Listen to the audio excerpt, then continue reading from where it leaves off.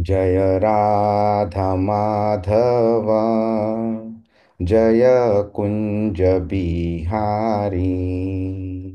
जय राधा माधव, जय कुंज बिहारी। जय गोपी जन्नवल्लभ गिरिवरधारी। जय गोपी जन्नवल्लभ गिरिवरधारी। यशोदानंदन व्रज जनरंजन, यशोदानंदन व्रज जनरंजन। यमुना वनचारी, यमुना वनचारी। जय राधा माधव, जय कुंज बिहारी। हरे कृष्ण, कृष्ण कृष्ण हरे हरे, हरे राम, राम राम हरे हरे। हरे कृष्ण, कृष्ण कृष्ण हरे हरे, हरे राम, राम राम हरे हरे। जय राधा श्याम सुंदर, राधा श्याम सुंदर राधे।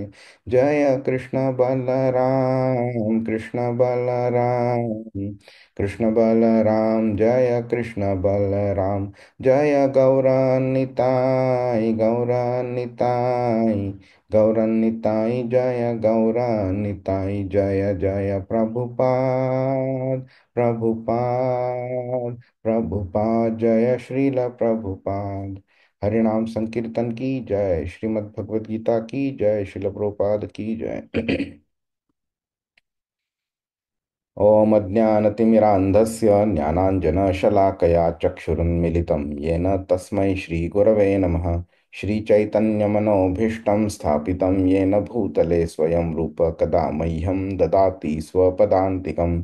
वन्देऽहं श्रीगुरो श्रीयुतपदकमलं, श्रीगुरुन् वैष्णवांश्च श्रीरूपं साग्रजातं सहगण रघुनाथान्वितां तं सजीवं साद्वैतं सावधूतं परिजनसहितं कृष्णचैतन्यदेवं श्रीराधाकृष्णपादान् सहगण ललिता श्रीविशाखान्वितांश्च। हे कृष्ण करुणा सिंधो दीनबंधो जगत्पते, गोपेश गोपिका कांत राधा कांत नमोस्तुते। तप्त कांचन गौरांगी राधे वृंदावनेश्वरी, वृषभानुसुते देवी प्रणमामि हरिप्रिये। वाञ्छाकल्पतरुभ्यश्च कृपा सिन्धुभ्य एव च पतितानां पावनेभ्यो वैष्णवेभ्यो नमो नमः। नमो विष्णुपादाय कृष्णप्रेष्ठाय भूतले श्रीमते भक्तिभृङ्ग गोविंद स्वामिनिति नामिने। नमो विष्णुपादाय कृष्णप्रेष्ठाय भूतले श्रीमते भक्तिवेदांत स्वामिनिति नामिने। नमस्ते सारस्वते देवे गौरवाणी प्रचारिणे, निर्विशेष शून्यवादी पाश्चात्य देशतारिणे। जय श्री कृष्ण चैतन्य प्रभु नित्यानंद, श्री अद्वैत गदाधर श्रीवासादि गौरभक्तवृंद। हरे कृष्णा कृष्ण कृष्ण हरे हरे, हरे राम राम राम हरे हरे। हरे कृष्णा। तर मागच्या वेळी आठवते कोण आपण काय केलेलं? हरे कृष्णा प्रभूजी. हरे कृष्णा. मागच्या वेळी आपण 46व्या अध्यायात बघितलेलं श्रीकृष्ण आता 6व्या अध्यायाचा समारोप करत आहे. आणि मग तो त्याबद्दल म्हणजे योगाच्या मार्गांचा आणि इतर साधनांचे म्हणजे योगाचा मार्ग आणि इतर साधना यांच्या हा योगाचा मार्ग इतर साधनांपेक्षा कसा श्रेष्ठ आहे तो सांगण्याचा प्रयत्न करतोय. तर त्याच्यामध्ये त्यांनी 3 मार्गांबद्दल म्हणजे बोललेला की तपस्वी जो असतो जो कठोर तपश्चर्येद्वारे शरीरावर प्रभुत्व मिळवण्याचा प्रयत्न करतो आणि शारीरिक वासना जिंकण्यासाठी तो यशस्वी होतो. पण त्याचे केवळ फक्त शरीरावर असल्यामुळे, म्हणजे शरीरावर नियंत्रण ठेवण्यात असल्यामुळे त्याचा मार्ग म्हणजे अंतिम जे ध्येय आहे ते गाठण्यासाठी अडथळा ठरतो. त्यानंतर ज्ञानी जो आहे तो भौतिक अंतर्दृष्टीच्या शोधात असतो आणि तो त्याच्यामध्येच आनंद मानतो. आणि त्याच्यात म्हणजे त्याचे समाधान सहसा केवळ भौतिक समजुतीपर्यंतच मर्यादित असते आणि आध्यात्मिक साक्षात्कारांपर्यंत पोहोचण्यासाठी तो खऱ्या अर्थाने प्रयत्न करत नाही. त्यामुळे श्रीकृष्णांच्या शिकवणीच्या दृष्टीतून हा मार्ग अपूर्णच राहतो. आणि तिसरा जो आहे, जो कर्मी जो आहे, त्यांच्या सांसारिक इच्छा आणि त्यामध्ये असलेली तात्पुरती उद्दिष्टे आणि प्राप्ती साधण्याचा प्रयत्न करणार असतो. जो भौतिक लाभ किंवा म्हणजे तात्पुरत्या स्थानासाठी, म्हणजे गतव्य स्थानांपर्यंतच मर्यादित असतो. त्याचे लक्ष म्हणजे अशाश्वत गोष्टींवरती केंद्रित राहते आणि ज्यामुळे त्यांना तात्पुरते समाधान मिळते, परंतु कायमस्वरूपी समाधान मिळत नाही. आणि जो फायनल जो आहे, जो योगी जो आहे, तो सर्वोच्च साधक आहे. त्याचे अंतिम ध्येय, म्हणजे त्याचे जे अंतिम ध्येय असते ते आध्यात्मिक असते आणि त्याच्यावरतीच त्याचे ते लक्ष केंद्रित असते. योगाच्या प्रवासात तो तात्पुरत्या गोष्टींबद्दल किंवा शरीरावर प्रभुत्व मिळवण्याबद्दल किंवा भौतिक आनंदाबद्दल नसून तो अध्यात्माच्या दृष्टीने, आध्यात्मिक साक्षात्काराच्या दृष्टीने तो प्रयत्न करत असतो, ज्यामुळे तो सर्व सर्व साधकांमध्ये सर्वश्रेष्ठ ठरतो. हरे कृष्ण. मस्त, खूप छान. एक फक्त पॉइंट ऍड करावा लागेल. ज्ञानी भौतिक गोष्टींवरती केंद्रित नाही करत. ज्ञानीचं पण आध्यात्मिक गोष्टींवरतीच केंद्रित असतं. पण त्याची जी साधना असते, त्याचं जे ज्ञान मिळवण्याचे प्रयत्न जे असतात, जे मार्ग असतात, ते मार्ग त्याला कृष्णापर्यंत घेऊन आणत नाहीत. त्याला त्याला ते ब्रह्मज्योतीपर्यंत आणतात. त्याला ब्रह्मज्योती म्हणजे आपण बघितलेलं ना, की आध्यात्मिक जगत आणि भौतिक जगतामध्ये जो प्रकाश जो आहे, तो त्याला ब्रह्मज्योती म्हणतात. हम्म. हम्म. खूप छान, खूपच छान. अजून कोणाला काही पॉइंट ऍड करायचा आहे? सीमा माताजी, योगिनी माताजी. हरे कृष्णा प्रभूजी. नाही, मला तोच एक पॉइंट टाकायचा होता की ज्ञानी व्यक्ती, जेव्हा आपण म्हणतो ज्ञान आहे त्या व्यक्तीला, तर ज्ञान कशाचं आहे, तर त्याला आत्म्या लेवल, प्रकृती म्हणजे काय किंवा ब्रह्म म्हणजे काय बरोबर. याचं ज्ञान आहे. पण बरोबर. त्याला जरुरी नाही, जसं तुम्ही सांगितलं की त्या भगवत प्राप्तीच्या लेवल पर्यंत पोहोचू शकेल. सो कृष्ण भगवानांनी इथे अर्जुनाला तेच सांगितलेलं आहे की जोपर्यंत भगवंतांना शरण कोण जाऊ शकतं, तर ज्ञान डेफिनेटली तुम्हाला असलं पाहिजे. पण ते ज्ञानी व्यक्ती मे नॉट रीच टू भगवत प्राप्ती, तर तुला योगी बनणंच जास्त बेस्ट आहे as of now at this situation, असं थोडं समराईज केलेलं होतं. Correct, so correct. Very nicely articulated by Abhinav बरोबर. प्रभूजी. खूप छान, खूप छान. हरे कृष्णा. कोणाला काही प्रश्न आहे?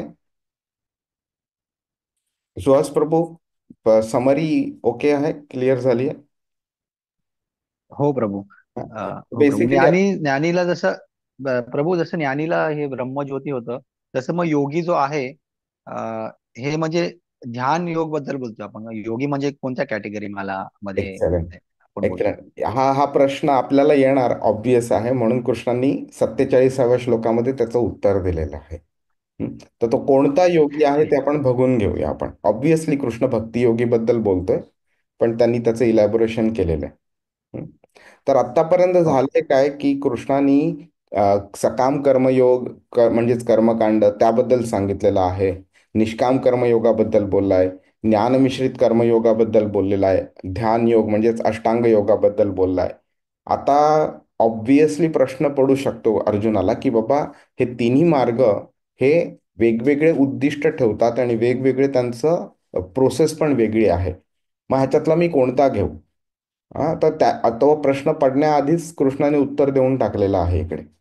आणि तो नंतर त्या प्रोसेसमध्ये काय करायला पाहिजे योगी बनण्याकरता, आणि त्या योगीच्या काय क्वालिटीज, कॅरेक्टरिस्टिक्स काय आहेत, ते त्यांनी 47व्या श्लोकात सांगितलेलं आहे, जे आपण आता बघूया. हरे कृष्ण. हं. आज जरा ह्या पर्टिक्युलर हा जो श्लोक आहे ना, मागे सांगितल्याप्रमाणे, हा सगळ्यात मोठा टर्निंग पॉइंट आहे भगवद्गीतेचा. आतापर्यंत कृष्ण सगळं बाकीचं, म्हणजे ते बोलतो ना, बीटिंग अराउंड द बुश म्हणतो ना, तर तशा प्रकारचं करत होता कृष्ण. डायरेक्टली स्वतःबद्दल सांगत नव्हता, इनडायरेक्टली सांगत होता. हं. आणि त्या इनडायरेक्ट मार्गात थ्रू लिंक एस्टॅब्लिश करून तो स्वतःपर्यंत टॉपिक आणत होता. आणि ही ती वर्स आहे जी ऍक्च्युली बाकीच्या सगळ्या मार्गांबद्दल कृष्णाने जे सांगितलेलं आहे आणि भक्तियोग मार्ग त्याला लिंक करते ही. त्यामुळे हा सगळ्यात मोठा टर्निंग पॉइंट आहे भगवद्गीतेचा. त्याच्यामध्ये स्लाइड्स पण जरा जास्ती आहेत, त्यामुळे थोडा जास्ती वेळ लागणार होता, म्हणून आपण बोललो की आपण जरा आज लवकर स्टार्ट करूया आपण.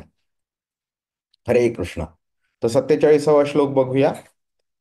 योगिनामपि सर्वेषां मद्गतेनान्तरात्मना श्रद्धावान् भजते यो मां समे युक्ततमो मतः. अनुवाद. हरे कृष्णा. हरे कृष्ण.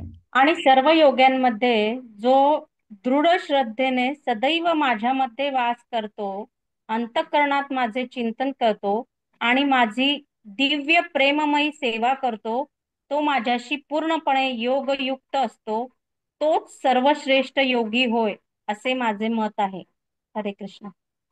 आता कृष्णानी दरवाजा पूर्णपणे उघडलेला आहे, म्हणजे आतमध्ये येण्याकरता. अजून त्यांनी स्वतःबद्दल तेवढं सांगितलं नाहीये, पण तो जो आपण बोलतो ना, एखाद्या गोष्टीला एखाद्या कामाकरता एक ऑब्जेक्टिव्ह असतो, तर तो ऑब्जेक्टिव्ह काय आहे हे कृष्णाने सांगितलं नव्हतं आतापर्यंत. फक्त प्रोसेस सांगत होता, काम काय करायचं ते सांगत होता. आता तो ऑब्जेक्टिव्ह सांगतोय. आणि त्या ऑब्जेक्टिव्ह मध्ये एक ऑब्जेक्ट असतो ना, की बाबा मी पूजा करतोय. बरोबर, पूजा करतोय, कोणाची करतोयस, तो ते कोण हे कृष्ण आता इथे एस्टॅब्लिश करतोय ते. ठीक आहे. तर आतापर्यंत 6.46 पर्यंत कर्मी, ज्ञानी आणि तपस्वी ह्या 3 मार्गांचं कृष्णाने उदाहरण म्हणून घेतलं आणि त्यांना सांगितलं की ह्यांच्या सगळ्यांच्या मार्गांमध्ये काही काही ड्रॉबॅक्स आहेत. इधर त्यांचा प्रोसेस मध्ये ड्रॉबॅक आहे, किंवा त्यांचा जो डेस्टिनेशन आहे तो इनकम्प्लीट आहे. आणि ह्या सगळ्यांबरोबर योगीला त्यांनी कम्पेअर केलंय आणि सांगितलं की योगी हा श्रेष्ठ ठरतो ह्याच्यापेक्षा. ओके. आता कर्म योग करणारा व्यक्ती सुद्धा कर्मयोगी म्हणतो आपण. ध्यान योग, अष्टांग योग किंवा ज्ञान योग करणाऱ्या व्यक्तीला सुद्धा आपण ज्ञानयोगी म्हणतो, किंवा ध्यान योगी किंवा अष्टांग योगी. पण आधीच्या श्लोकामध्ये त्यांनी फक्त योगी हा शब्द वापरलेला, त्यामुळे कन्फ्युजन होऊ शकतं की बाबा कोण योगी, कोणता योगी. तर इथे त्यांनी त्याचं क्लॅरिटी दिलेली आहे की योगिनाम अपि सर्वेशाम, म्हणजे सगळ्या प्रकारच्या योग्यांमध्ये, सर्वेशाम, सगळ्या वेगवेगळ्या प्रकारच्या जितक्या पण योग्यांचे प्रकार तुम्हाला माहिती आहेत त्या सगळ्यांमध्ये कोण श्रेष्ठ आहे, तर मद्गते नांतरात्मना श्रद्धावान भजते यो माम. ओके. तर जो व्यक्ती माझं माझं चिंतन करत राहतो, एकसारखं माझ्यामध्ये वास करत राहतो आणि माझी सेवा करत असतो, तो माझ्याशी संपूर्णपणे युक्त आहे. समय युक्त तमोमत. आता युक्त तमोबद्दल पण आपण बोलून घेऊया याच्याबद्दल. आता काय झालेलं आहे की 7व्या अध्यायापासून भक्तियोग चालू होतो. आपण आपण बऱ्याच वेळा बोललो ह्याबद्दल, राईट. तर हे कसं आहे, अर्जुन आणि कृष्णाचं एक कंटिन्युअस कॉन्व्हर्सेशन आहे. त्यामुळे तुम्हाला तस्मात वगैरे हे शब्द ऐकू येतात. तस्मात म्हणजे काय, देअर फोर इंग्लिशमध्ये. म्हणजेच काय की आपण एक भूमिका स्पष्ट केली आहे, आपण एक कारण मांडलेलं आहे, म्हणून आपण बोलतो देअर फोर, आणि मग पुढे त्याचं जस्टिफिकेशन देतो. तर असे शब्द यथा, तथा वगैरे हे जे शब्द आहेत त्याच्यामुळे आपल्याला कळतं हे कंटिन्युअस कॉन्व्हर्सेशन आहे. तर कॉन्व्हर्सेशन मध्ये लिंक्स असल्या पाहिजेत ना, when you branch from one topic to another. तर ते जे लिंक करणारे जे वर्सेस आहे ना, त्यामध्ये ही सर्वश्रेष्ठ वर्स आहे.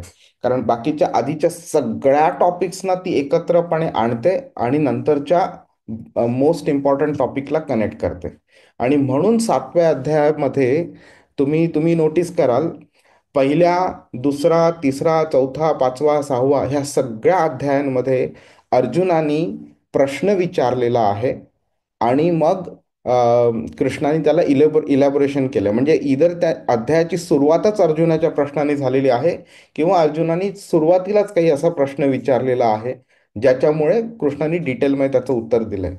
पण 7व्या अध्यायाच्या पहिल्या श्लोकाचा म्हणजे ते पहिला श्लोक जो आहे तो अर्जुन नाही म्हणालेला, तो कृष्ण म्हणालेला आहे. त्यामुळे कृष्णाने अर्जुनाची वाटच नाही बघितली प्रश्न विचारण्याची, म्हणजे डिटेल सांगता येईल. तो एवढा स्वतःच एक्साइटेड होता, हा, की एन्थुसियास्टिकली तो स्वतःच सगळं सांगत गेला भक्तियोगाबद्दल. तर 47 मध्ये भक्तियोग आणि भक्तियोगामध्ये श्रद्धा आणि भक्ती, ओके, ह्याच्या मागे ह्याच्या थ्रू आपण कसा योग साध्य करू शकतो हा कृष्ण एस्टॅब्लिश करतो तिकडे. त्यामुळे कृष्णावरती गाढ श्रद्धा, नुसती श्रद्धा नाही, ही मला माहिती आहे ही श्रद्धा आहे. बरीच लोक आपण बोलतो की I have faith in God. Okay, faith किती किती लेवलचा फेथ आहे. ओके, जर का देवाने तुमच्या प्रार्थना ऐकल्या नाहीत, तुम्हाला ज्या भौतिक गोष्टी आहेत त्या जर तुम्हाला देवाने दिल्या नाहीत, तर तुमची श्रद्धा डळमळून जाईल. मग त्या लेवलची श्रद्धा आहे का? तर पूर्णपणे कन्व्हिक्शन आहे. फेथ आणि कन्व्हिक्शन मध्ये काय डिफरन्स आहे? तर कधीही न ढळणारी श्रद्धा असणं ही गरजेची आहे. नंतर कृष्णाचा आश्रय घेणं गरजेचं आहे. ओके, बऱ्याच वेळा असं वाटतं की आत्ता मला काही प्रॉब्लेम्स चालू आहेत, पण मला हे समजा 10 लाख रुपये मिळाले एका लॉटरीमधनं तर माझे सगळे प्रॉब्लेम जातील. हा, अमुक एका व्यक्तीने मला जर का प्रमोशन दिलं किंवा अमुक एका कंपनीमध्ये मी नोकरी करतोय तिकडनं मला काढून टाकलं तर माझं सगळं आयुष्य उद्ध्वस्त होऊन जाईल. म्हणजे काय की तुमच्या दृष्टीने ही कंपनी किंवा ती व्यक्ती किंवा ती लॉटरी ह्याच्यामुळे तुम्हाला जे काही मिळणार आहे त्याच्यावरती तुम्ही तुमचा आनंद किंवा तुमचं बाकीचं भविष्य डिपेंडंट आहे. म्हणजे काय झालंय, तुम्ही आश्रय घेताय त्या गोष्टींचा. कृष्ण बोलते तुम्ही बाकी कसल्याही गोष्टींचा आश्रय घेऊ नका, फक्त माझा आश्रय घ्या. तो कृष्ण जे पण आपल्या आयुष्यात करेल, जे पण मार्गदर्शन करेल वगैरे, संपूर्णपणे आपण त्याच्यावरती अवलंबून राहायचं. सतत विचार कृष्णाचा करायचा. आपल्याला बऱ्याच वेळा आपण हे करतो, माझ्या भविष्याचं काय होईल, माझ्या मुलांचं काय होईल, बायकोचं काय होईल, नवऱ्याचं काय होईल, जॉबचं कसं करायचं, हे काय करायचं, ते काय करायचं. हा, बऱ्याच वेळा वाईट विचार पण येतात मनात, ह्याचं वाईट व्हावं, त्याचं वाईट व्हावं, ह्याला असं व्हावं, त्याला तसं व्हावं. अरे, हे बरेच असे विचार येत राहतात. ह्याच्यामुळे काय होतं, कृष्णाला आपण जेवढं शक्य तेवढं आपण त्याला बाहेर बाहेर बाहेर बाहेर ढकलत राहतो. आणि शेवटी मग अशी एक वेळ येते तेव्हा आपण कृष्णाकरता दरवाजा बंद करून टाकतो. कृष्ण बोलतोय की असं नाही व्हायला पाहिजे. सतत तू कॉन्स्टंटली, आणि आपण ते बघू कॉन्स्टंटली करता बरेच वर्सेस कृष्णाने पुढे बोललाय, पण त्याच्यामध्ये कसा कॉन्स्टंटली आपण कृष्णाचा विचार करू शकतो आणि त्या विचार केल्याने काय फायदा होतो ते पण कृष्णाने सांगितलेलं आहे. आणि विचार करायला कृष्ण बऱ्याच आपल्याला ऑपॉर्च्युनिटीज पण देतो. कृष्णाचं स्वरूप, कृष्णाच्या ऍक्टिव्हिटीज, कृष्णाच्या लीला, कृष्णाचं नाव, कृष्णाची बाकी सगळी कथा, पूर्ण महाभारत असो, कृष्णाच्या दिव्य लीला ज्या असतात वगैरे, सखी वगैरे आहेत, राधाराणी आहेत, गोपी आहेत, कृष्णाचे भक्त आहेत, साहित्य आहे, केवढ्या सगळ्या गोष्टी आहेत, पूजा करणं, उपवास करणं. सतत आपण कृष्णाचा विचार करू शकतो, म्हणजे अक्षरशः 24 तास कमी पडेल एवढा विचार करू शकतो. आणि प्रेममयी सेवा, आपण बोललेलो की एखादी आई जर का मुलाला कॉन्स्टंटली बोलली की बाबा मला माझं तुझ्यावर प्रेम आहे, हा, पण करायला काही तयार नाहीये आई कृष्णा त्या मुलाकरता. तो मुलगा इथे रूम मध्ये बसलाय आणि रडत बसलाय, त्याला भूक लागली, पण आई त्याला बोलते की बाबा माझं तुझ्यावर खूप प्रेम आहे, खूप प्रेम आहे. तर असं चालेल का? जर आईचं मुलावरती जर प्रेम असलं तर आईने काय मुलाकरता काहीतरी केलं पाहिजे, त्याच्या थ्रू ती प्रेम त्याला दर्शवते आणि त्याची सेवा करते ती. हं? ती त्याला जेवण बनवून घालते, की ती त्याला आंघोळ घालते, कपडे घालते, त्याची पालनपोषण करते, त्याला शिकवते, त्याला त्याच्यावर खेळते, त्याला फिरायला नेते, बऱ्याच गोष्टी करते. हे का करते? कारण तो तिचा मुलगा आहे आणि तिचं त्याच्यावर प्रेम नुसतं नाहीये, तर ती प्रेम त्याच्यावरती व्यक्त ह्या वेगळ्या वेगळ्या ऍक्टिव्हिटीजनी करते. आपण नुसतं कृष्णाला बोलून चालणार नाही की बाबा माझं तुझ्यावर प्रेम आहे. बाकीच्या वेळी आपण 23 तास 59 मिनिटं आपण बाकीच्या सगळ्या गोष्टींमध्ये बिझी झालेलो आहोत. आणि नंतर 1 मिनिट कृष्णाचं आठवण करायची दिवसात, आणि नंतर त्याला बघा माझं तुझ्यावर खूप प्रेम आहे. तर ते तसं नाही झालं. हे प्रेम कृतिशील असलं पाहिजे, कृती दिसली पाहिजे त्याच्यामध्ये. भक्तियोग हा सर्वश्रेष्ठ मार्ग आहे आणि तो का सर्वश्रेष्ठ आहे ते पण आपण बघूया. त्यामुळे काय, कृष्ण जो हे ध्यान योगाद्वारे जे सांगतोय आपल्याला, तर तो भक्ती योग किती सिंपल आहे करायला, ते पण तो ह्याद्वारे दर्शवतो. जसं आपण बोलल्याप्रमाणे कर्मयोग, ज्ञानयोग, ध्यान योग वगैरे हे प्रॅक्टिकली आपल्यासारख्यांना आता ते शक्य नाही आहेत. जर आपल्याला कोणी सांगितलं की बाबा जा रे हिमालयामध्ये बसून तपस्या कर वगैरे, तर ते शक्य नाही आहे आपल्याला. आपल्याला माहिती आहे आणि कृष्णालाही ते माहिती आहे. त्यामुळे कृष्णाने भक्तियोग किती सिम्पल आहे आणि किती इफेक्टिव्ह आहे, त्याचे रिझल्ट्स कसे गॅरंटीड आहेत, ते सगळं तो एक्सप्लेन करतोय इकडे. तर 6व्या अध्यायामध्ये हे जे श्लोक आहेत 46 आणि 47 हे महत्त्वपूर्ण आहेत. ह्याच्यामध्ये असे काही कृष्ण शब्द उच्चारतोय ज्याच्यामुळे भक्तियोग टॉपमोस्ट लेवलला का आहे, हं? त्याचं महत्व म्हणजे टॉप ते शिखर जे आहे ते कसं, का त्याचं महत्व काय आहे ते स्पष्ट होतं ह्याच्यामध्ये. ओके. ते म्हणजे परमेश्वरावरती कृष्णावरती अढळ भक्ती आणि ही जी एक शिडी जी आहे, एक आपण बोलतो ना की लोअर लेवल पासून हायर लेवलवरती जाणं, त्या टॉपमोस्ट लेवलवरती भक्तियोग आहे. कृष्णाने योगिनाम अपि सर्वेशाम हा हे शब्द प्रयोग करून कृष्णाने कन्फर्म केलेलं आहे की तुम्ही वेगळ्या वेगळ्या प्रकारच्या सगळ्या योग्यांना इन्व्हॉल्व करा ह्या स्कोपमध्ये, पण त्या पूर्ण स्कोपमध्ये सर्वेशाम सगळ्या योग्यांमध्ये भक्तियोगी श्रेष्ठ आहे. ठीक आहे. तर हे जे अ, कठोर अ, तपस्या असते किंवा कठोर अष्टांग योगामध्ये सुद्धा कठोर ऍक्टिव्हिटीज कराव्या लागतात, तर ते करणं भक्ती योग्याला काय असं डिफिकल्ट नसतं. पण त्याला त्याच्यामध्ये इंटरेस्ट येत नाही, कारण त्याच्यामध्ये कृष्णाची इन्व्हॉल्वमेंट कमी असते. कृष्णा बेअरली त्याच्यामध्ये इन्व्हॉल्ड असतो त्या पूर्ण प्रोसेसमध्ये. त्यामुळे त्याला जिकडे लव्हिंग रिलेशनशिप एक्सचेंज करता येईल, त्याला अशी गोष्ट आवडते भक्ती योग्याला. तर युधिष्ठिर आणि बाकी सगळे पांडव जेव्हा त्यांचं महाभारतचं सगळं काळ संपला, तर हे उत्तर महाभारतमध्ये येतं. तर त्याला अं, बऱ्याच काही गोष्टी झाल्या, त्याच्यामध्ये मी डिटेल नाही करत, पण पांडव सगळे स्वर्गामध्ये इंद्र त्यांना बोलावून घेतो. ते इंद्रामध्ये स्वर्गामध्ये जातात ते, आणि इंद्र त्याला ना बऱ्याच मोठ्या मोठ्या गोष्टींची प्रलोभनं देतो. हे बघ, हे तुझ्याकरता इथे महल बनवलेला आहे, तुझ्याकरता इतक्या दास्या असतील, हे किती, हा महल किती सुंदर आहे वगैरे, हे सगळं काय काय दाखवतो. आता इकडच्या सुखांपेक्षा स्वर्गातलं सुख तर जास्ती चांगलं असणारच. तर एवढ्या सगळ्या प्रलोभनं दाखवल्यानंतर सुद्धा युधिष्ठिर अ, इंद्राला एकच प्रश्न विचारतो, इथे कृष्ण कुठे आहे?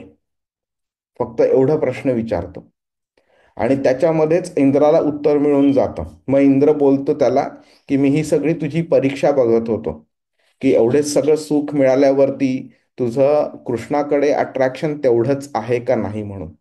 आणि मग तिकडनं मग आडबाजूने कृष्ण समोर येत त्याच्या, हे असं. त्यामुळे एका भक्ताला तुम्ही काहीही दाखवा, जर का त्याच्यामध्ये कृष्ण नसला तर त्याला त्या गोष्टीमध्ये स्वारस्य नसतं.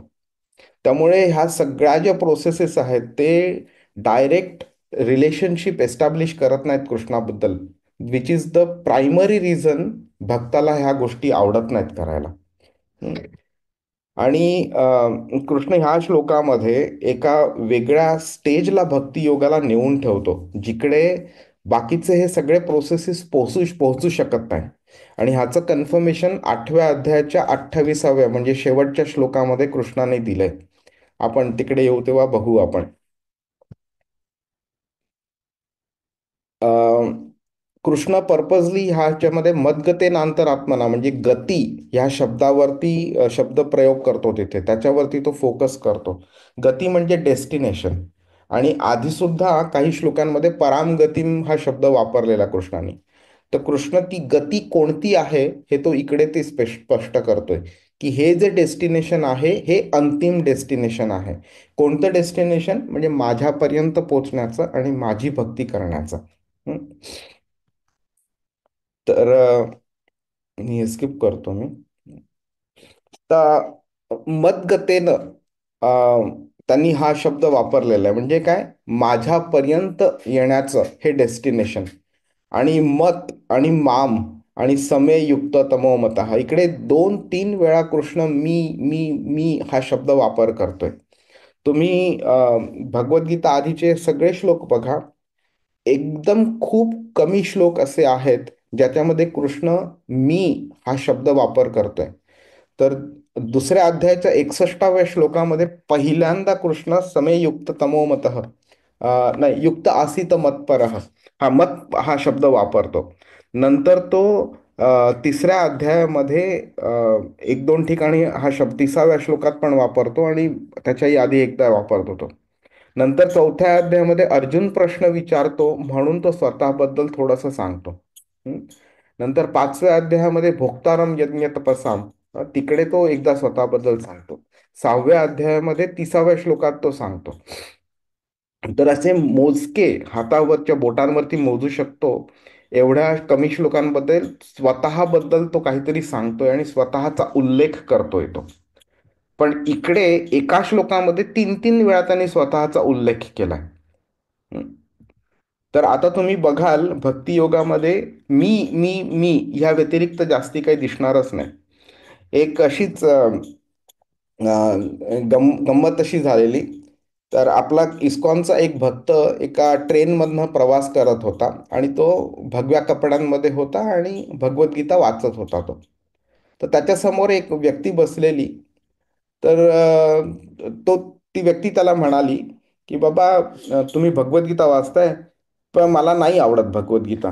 तर त्यांनी विचारलं, का रे बाबा? तर बोलतं की कृष्ण खूप म्हणजे त्याचं गर्व करतो स्वतःबद्दल. तो बोलला, असं कुठे, तो काय बोलला म्हणून? तो बोलला की भगवद्गीतेमध्ये स्वतःबद्दलच बोलतो, तर माझं करा, माझं करा, माझी पूजा करा, मी हा असा आहे, मी तसा आहे वगैरे. मी खूप करतो तो. तो असं असं गर्व करणं चांगलं नाही स्वतःबद्दल एवढं. तर तो भक्त बोलला, बरं ठीक आहे म्हणून. म्हणून त्यांनी भगवद्गीता तो कंटिन्यू केलं वाचणं. त्यानंतर त्यांना 5 मिनिटांनी ह्या भक्तांनी त्या माणसाला प्रश्न विचारला की तुमचं नाव काय आहे? त्यांनी नाव सांगितलं. तुम्ही काय करता? तुमची फॅमिली कुठे आहे? काय करता वगैरे. मग त्यांनी स्वतःबद्दल सांगायला सांगितलं, माझी बायको, माझी मुलं हे करतात, ते करतात, मी बिझनेस करतो, माझ्या एवढ्या फॅक्टऱ्या आहेत, ही कंपनी माझी माझं. मग हा भक्तांनी त्याला विचारलं, किती तुम्ही स्वतःबद्दल गर्व करता तुम्ही? तर ह्या माणसाने बोललं की गर्व कुठे केला, मी फक्त स्वतःबद्दल सांगतोय मी. तुम्ही विचारलं म्हणून मी सांगतोय. तर बोललं, भगवद्गीतेमध्ये कृष्ण पण तेच करतोय. तो फक्त स्वतःबद्दल सांगतोय, तो गर्व नाही करत आहे. तर इकडे मी हा शब्दप्रयोग आल्यामुळे ना, बऱ्याच लोकांना असं वाटतं की बाबा, हे देव इतका गर्विष्ठ कसा असू शकतो? तर तो गर्विष्ठ नाहीये, तो स्वतःबद्दल फक्त सत्य परिस्थिती सांगतोय. एका इंटरव्ह्यू मध्ये आपल्याला बोलतात ना, डिस्क्राईब युअर सेल्फ म्हणून. तर त्यानंतर जर का कोणी बोललं की बाबा, you are so proud about yourself, you are completely speaking only about yourself, तर ते कसं अर्थ होईल त्याचा? ते तसं आहे ते. तर युक्त बरोबर तम हा शब्द वापरलेला आहे. तर युक्त तमो, युक्त तर आणि युक्त, या 3 लेवल्समध्ये काय डिफरन्स आहे ते पण आपण बघून घेऊया. हं. तर कृष्णाशी एकरूप होणं, हा बऱ्याच लोकांना असं वाटतं की आत्मा विलीन होतो परमेश्वरामध्ये, परमात्म्यामध्ये. पण ही फिलॉसॉफी कम्प्लिटली चुकीची आहे. आणि कृष्णाने ह्याचं खंडन 2 ठिकाणी केलेलं आहे, म्हणजे कॅन्सल करून टाकलेलं आहे. दुसऱ्या अध्यायाच्या 12व्या श्लोकामध्ये जेव्हा कृष्ण बोलतो की हे सगळे राजे जेव्हा असं नत्वे वाहम जातुनासम, बहुतेक तेच होतं. दुसऱ्या अध्यायाच्या 12व्या श्लोकामध्ये कृष्ण बोलतो की हे जे सगळे राजे तुझ्या समोर दिसत आहेत, किंवा तू किंवा मी, असा कधीही कोणता काळ नव्हता की हे नव्हते किंवा हे नसणारही नाहीत. हं?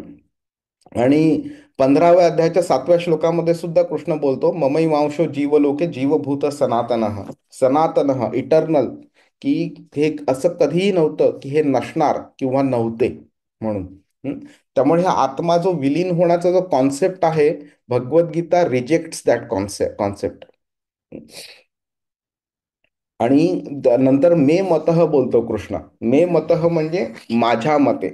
म्हणजे वी शुड अंडरस्टँड की कृष्ण हा भगवान द टॉप मोस्ट आहे एकदम.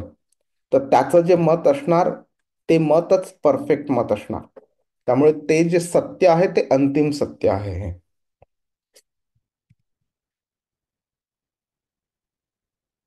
युक्ततम ह्या शब्दाचा आधी आपण अर्थ बघून घेऊया.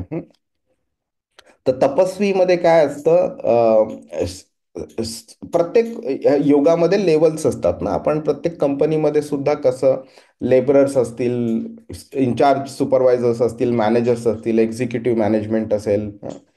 तर तसंच प्रत्येक प्रोसेसमध्ये सुद्धा आपण किती अचीव केले त्याप्रमाणे एक एक स्तर असतात. तर तपस्वींमध्ये काय असतात की कृष्ण काय बोलतोय की हे सगळे जे आहेत श्रेष्ठ कनिष्ठ वगैरे त्याच्या ते सगळे माझ्या भक्ताच्या तुलनेमध्ये हे सगळे कनिष्ठ आहेत. तो नंतर काय बोलतो की जर का तुम्ही असे बरेच छोटे मोठे पर्वत वगैरे जर तुम्ही बघितले, तर त्याच्यामध्ये जर का कोणता सोन्याचा जर पर्वत असेल तर त्या पर्वताच्या तुलनेमध्ये बाकी सगळे पर्वत कनिष्ठ असतात. पण योगीमध्ये कोण मोठा आहे का, तर तो बोलतोय की योगी नाम. हं? आणि सर्वेशाम म्हणजे ह्या सगळ्या योग्यांमध्ये प्रगत जो क्रम आहे, हा, त्याच्यामध्ये बरेच योगी असतील, पण त्याच्यात तो सगळ्यात चांगला आहे जो म्हणजे आपण जर का अगदी बेसिक पासनं बघितलं तर अ, पहिलेमध्ये कर्मकांडी लोक येतात. त्यांच्या तुलनेमध्ये कर्मयोगी बेटर आहे. कर्मयोगामध्ये जे प्रगत करतायत, जो ध्यानाच्या स्तरावरती पोचलेला आहे त्याला अ, तो त्यापेक्षा जास्ती प्रगत आहे. त्याला युक्त असं आपण म्हणू शकतो.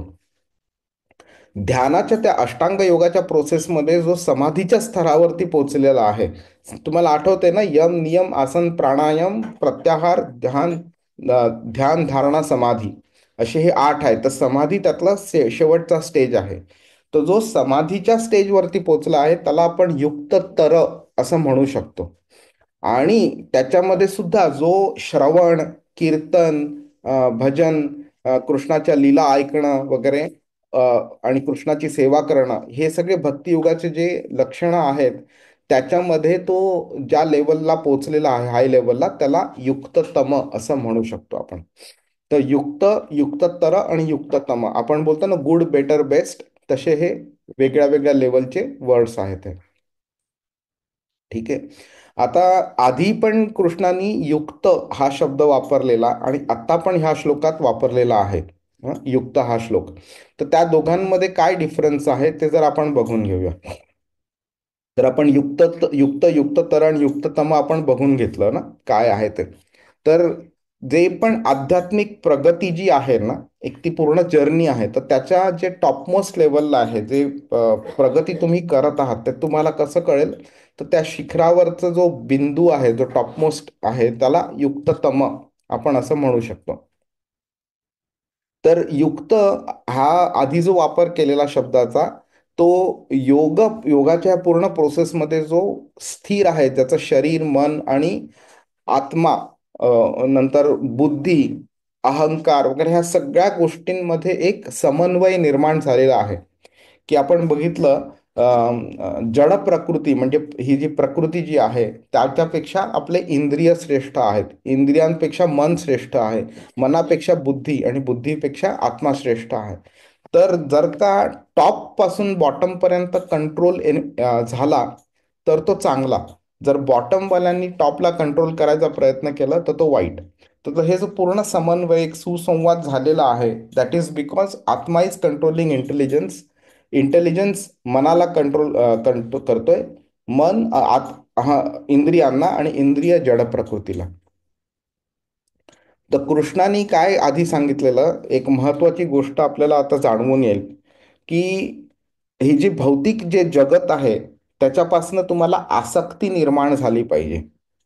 हा, तर ते चांगलं आहे. हे हा कंट्रोल होणं प्रगती करता हे मॅन्डेटरी पण आहे. पण कृष्णाने काय सांगितलं नाही आत्तापर्यंत की कुठे ती तुमचं मन तुम्ही लावलं पाहिजे. मनाला एका ठिकाणनं काढणं सिंपल आहे, पण त्याला इनॅक्टिव्ह ठेवणं इम्पॉसिबल आहे. त्याला कुठेतरी एंगेज करावंच लागतं मनाला. मग जर का तुम्ही फक्त एका ठिकाणून मन काढलं आणि कुठे एंगेज नाही केलं, तर there is a good probability तर मन परत त्या ठिकाणी जाईल तिकडे. त्यामुळे आत्तापर्यंत जे कृष्णाने इन्स्ट्रक्शन्स दिलेले ते आपण बोलू शकतो की ते पार्शल होते ते.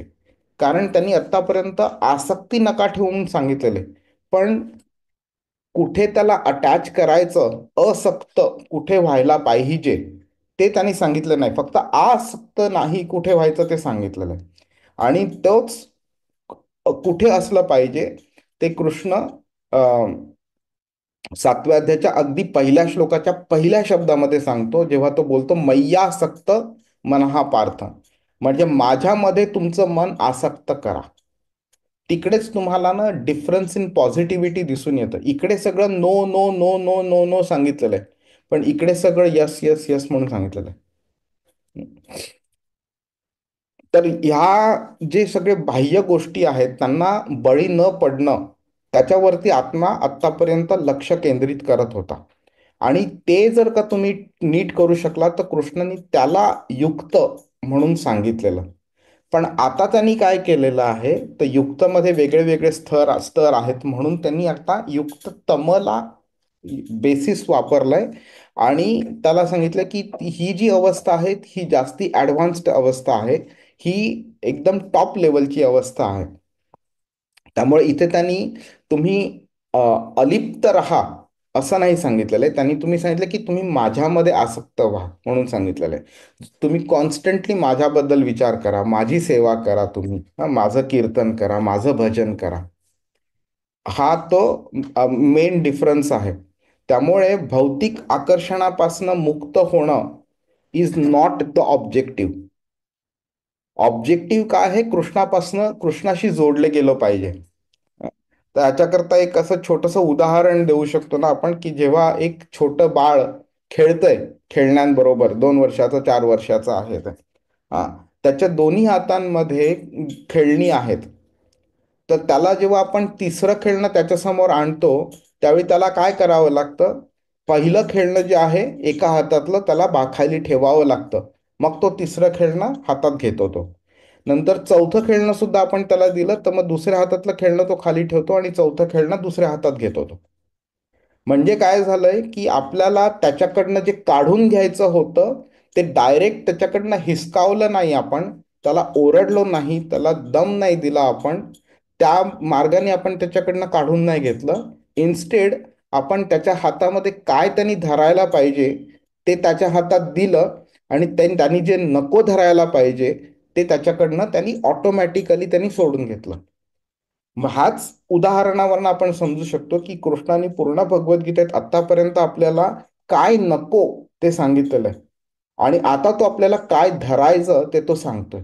त्यामुळे ऑटोमॅटिकली हे जे काय नको आहे ना ते आपल्या आयुष्यातनं हळूहळू ते निघून जाणार आहे ते.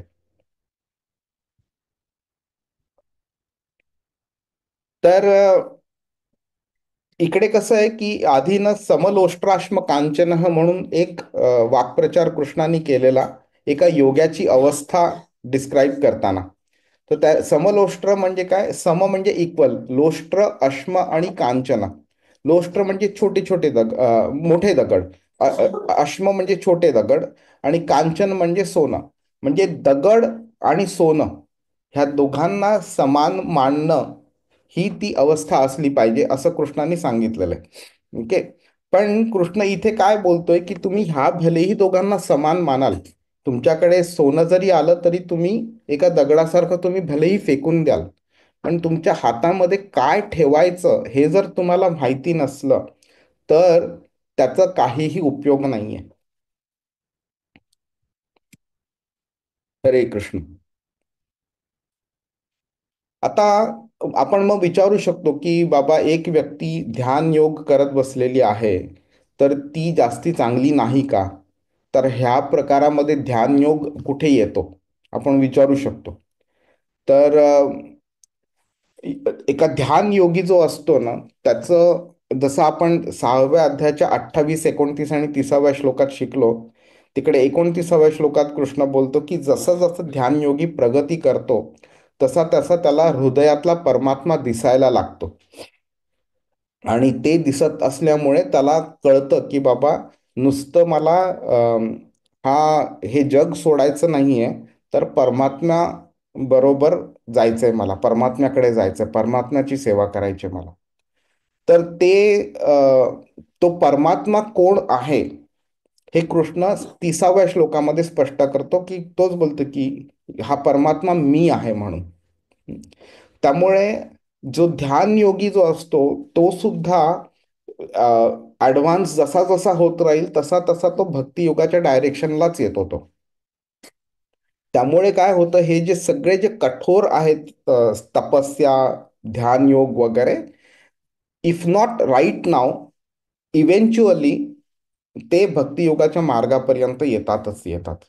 त्यामुळे श्रीकृष्णाशी संबंध एस्टॅब्लिश करून श्रीकृष्णाची सेवा करणं, श्रीकृष्णाची ध्यान करणं, श्रीकृष्णाचं भजन करणं, हे प्रत्येक जण आज ना उद्या ना परवा हे करणारच करणार, नाहीतर तो अल्टिमेट डेस्टिनेशन पर्यंत कधी पोचूच शकणार नाही तो. तर इथे 6व्या अध्यायामध्ये कृष्णाने हे सगळं ध्यान योग वगैरे एक्सप्लेन जो केलेला आहे, त्याचं ultimate destination of every process has to be Krishna only, आणि विच गोज वाया भक्तियोग. तुम्ही भक्तियोगाशिवाय कृष्णापर्यंत पोहोचूच शकणार नाही, आणि कृष्णापर्यंत डायरेक्टली किंवा इनडायरेक्टली तुम्हाला सगळे प्रोसेसेस घेऊन जाणारच जाणार तुम्हाला. तर जे कृष्णानी 6व्या अध्यायाच्या 11व्या श्लोकापासनं शुचो देशे प्रतिष्ठाप्य, म्हणजे एका चांगल्या ठिकाणी बसणं, क्लीन ठिकाणी रहसी जागेवरती बसणं, एकाकी यत चित्तात्मा, एकाकी असणं, स्थिरम आसनम आत्मनः, एका स्थिर आसनावरती बसणं, नात्युच्छ्रितम नाती नीचम, जास्ती वरती नाही जास्ती खालती नाही, हे जे सगळं त्यांनी जे सांगितलं, ह्या मेकॅनिकल गोष्टी आहेत टू अचीव समथिंग. ते समथिंग जे आहे ते फायनली कृष्णच येतोय तिकडे सुद्धा. आणि जर का तो जोपर्यंत अचीव होत नाहीये तोपर्यंत ह्या सगळ्या प्रोसेसेस मेकॅनिकलच आहेत. आणि त्यांनी ह्या सगळ्या एक्सटर्नल सर्कमस्टान्सेसला मध्ये त्यांनी हे सांगितलेलं आहे की हे सगळं करत असताना मनाची एकाग्रता असणं मॅन्डेटरी आहे. तर ते मन एकाग्र जर करता करता जर तुम्हाला काही प्रलोभनांमुळे तुम्ही जर का तुम्हाला असे तुम्ही लांब पडताय असं वाटतंय, म्हणजे मन तुमचं भरकटलं जातंय, तरी सो त्यांनी सांगितलं येतो येतो निश्चलती, म्हणजे तुमचं मन इकडे तिकडे भटकत राहील, पण लगेच तुम्ही त्याला सावरा आणि परत तुम्ही त्याला मागे घेऊन या आणि ध्यानावरती केंद्रित करा. आत्म्यावरती केंद्रित करा. तर ही जी जी प्रक्रिया जी आहे ना, की मन भरकटलं जाणं, परत आणणं, ह्या गोष्टी नाही करणं, त्या गोष्टी नाही करणं वगैरे, ही सुद्धा म्हणजे नुसतं कंट्रोल करायचं आहे म्हणून नाही आहे, तर ती एक जर्नी आहे. ती मनाची चंचलता ग्रॅज्युअली ती कमी कमी कमी कमी करत जाते आणि नंतर आपल्याला ती शांती मिळते आणि एकाग्रता मिळते. हे सगळं म्हणजे कशाला आहे, तर आपल्याला एक शिस्त लावायची आहे मनावरती. आपल्या आत्म्याला एका राईट डायरेक्शनला आपण घेऊन जायचंय, तर त्याच्याकरता ते सगळी प्रोसेस आहे. पण कृष्ण काय करतोय इथे, थांबत नाहीये. तुम्ही एक जो समजा तुम्हाला मुंबईपासून दिल्लीला जायचंय आणि तुम्ही हायवे घेतला तुम्ही, तर हायवेवरती येणं सगळ्या गल्लीबोळांमधनं वगैरे तो तुमचा ऑब्जेक्टिव्ह नाही आहे. हायवेवरती येणं हे तर मॅन्डेटरीच आहे, पण हायवेवरती आल्यानंतर गाडी कंटिन्युअसली चालवत दिल्लीपर्यंत पोचणं ही गरज आहे. त्यामुळे ही प्रक्रिया चालू करणं किंवा त्या प्रक्रियेमध्ये मास्टरी मिळवणं तो ऑब्जेक्टिव्ह नाही आहे. ऑब्जेक्टिव्ह त्या उच्चतम शिखर जे आहे, जे कृष्णाने ह्या श्लोकात सांगितलेलं आहे, त्या शिखरापर्यंत पोचणं हा ऑब्जेक्टिव्ह आहे. जर का कोणी भौतिक जगापासून स्वतःला अलिप्त त्यांनी ठेवलं आणि त्याच्यामध्ये तो एकदम निपुण झाला, तरी त्याचा उपयोग तसा काही नाहीये जोपर्यंत तो कृष्णाला त्यांनी समर्पण केलं नाहीये. त्यामुळे अंतिम ध्येय काय आहे हे जाणून घेणं आणि त्याप्रमाणे पावलं उचलणं आणि कृष्णापर्यंत पोचणं हे सगळ्यात इम्पॉर्टंट आहे. जर ते करू शकलो तर बाकी सगळ्या योग वगैरे जे आपण केलेले आहेत त्यांचा फायदा झालेला आहे. जर का तुम्ही ते अचीव नाही करू शकला तर ना ह्या प्रोसेसचा फायदा नाही. मग मी हे स्किप करतो. मी तर योगिनाम अपि सर्वेशाम. ओके, कृष्णाने हा शब्द प्रयोग केलेला आहे ज्याचा अर्थ आहे की सर्व योग्यांमध्ये, सगळ्या प्रकारच्या योगांमध्ये. तर हा शब्दप्रयोग महत्वाचा आहे. त्यामुळे अ, कृष्ण बोलतोय की जी व्यक्ती मला समर्पण करते, माझं चिंतन करते, माझं ध्यान करते, माझं भजन करते, माझ्यावर मन एकाग्र करते, अशी व्यक्ती मला सर्वात प्रिय आहे. म्हणजे काय आहे की ह्याच्यापेक्षा अशी कोणतीही व्यक्ती, कोणताही योगी नाहीये जो ह्याच्यापेक्षा श्रेष्ठ आहे. आणि हे आपण दोन शब्दांवरनं शिकतो. आपण ह्या श्लोकातनं सर्वेशाम हा वापरलेला आहे आणि युक्त तमो हा शब्द वापरलेला आहे त्यांनी. हम्म. म्हणजेच आपल्याला कळून येईल की he is referring to the pinnacle, the summit, जे एकदम टॉप लेवलचं आहे ते. ओके, म्हणजे काय की ह्या मार्ग आपल्याला जर शिकता आला तर बाकी कोणत्याही मार्गाचं काहीही शिकण्याची गरज नाहीये. ठीक आहे. आणि कृष्ण 7व्या अध्यायाच्या दुसऱ्या श्लोकामध्ये ते आपल्याला कन्फर्म पण करतो की हे जे मी तुला आता नॉलेज देणार आहे ते knowledge is the best of all knowledge, आणि ते नॉलेज मिळाल्यानंतर तुला अजून काहीही शिकायची गरज उरत नाही.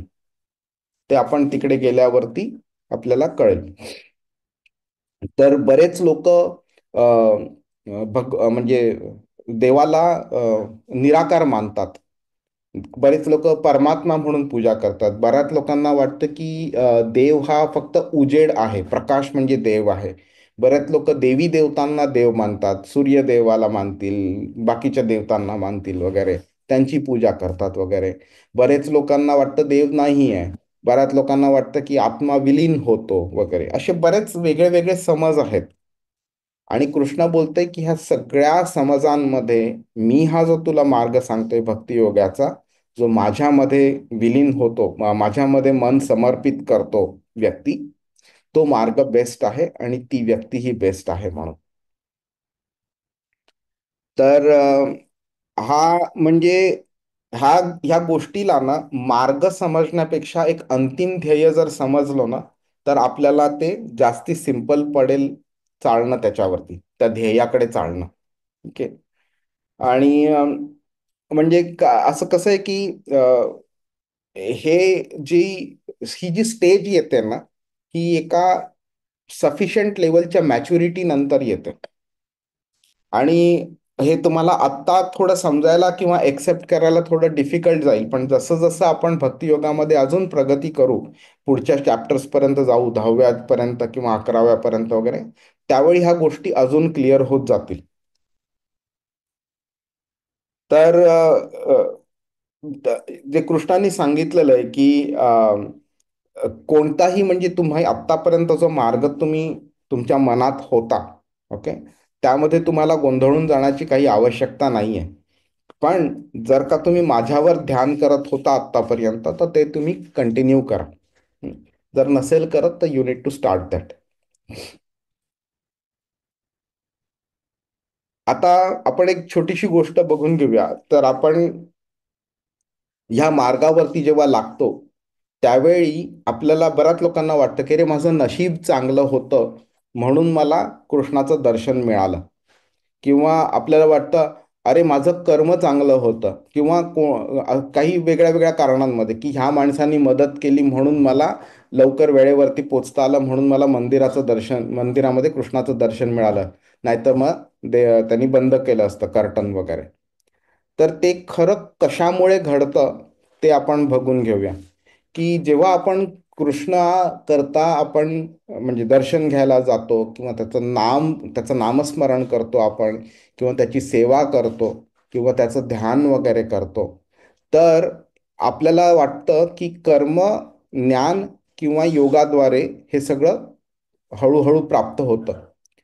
पण खरं काय होतंय त्याच्या मागे, की एखादा कृष्णाचा शुद्ध भक्त जेव्हा आपल्या संपर्कात येतो, त्यावेळी त्याच्या संगामुळे, त्याच्या असोसिएशनमुळे आणि त्याची जी कृपा होते आपल्यावरती, त्या कृपेमुळे, ओके, तो आपल्याला कृष्णाच्या मार्गावरती आणतो आणि कृष्णाकडे आपल्याला घेऊन जायला आपल्याला वळवतो आणि आपला हात धरतो आणि तो आपल्याला नेतो पुढे.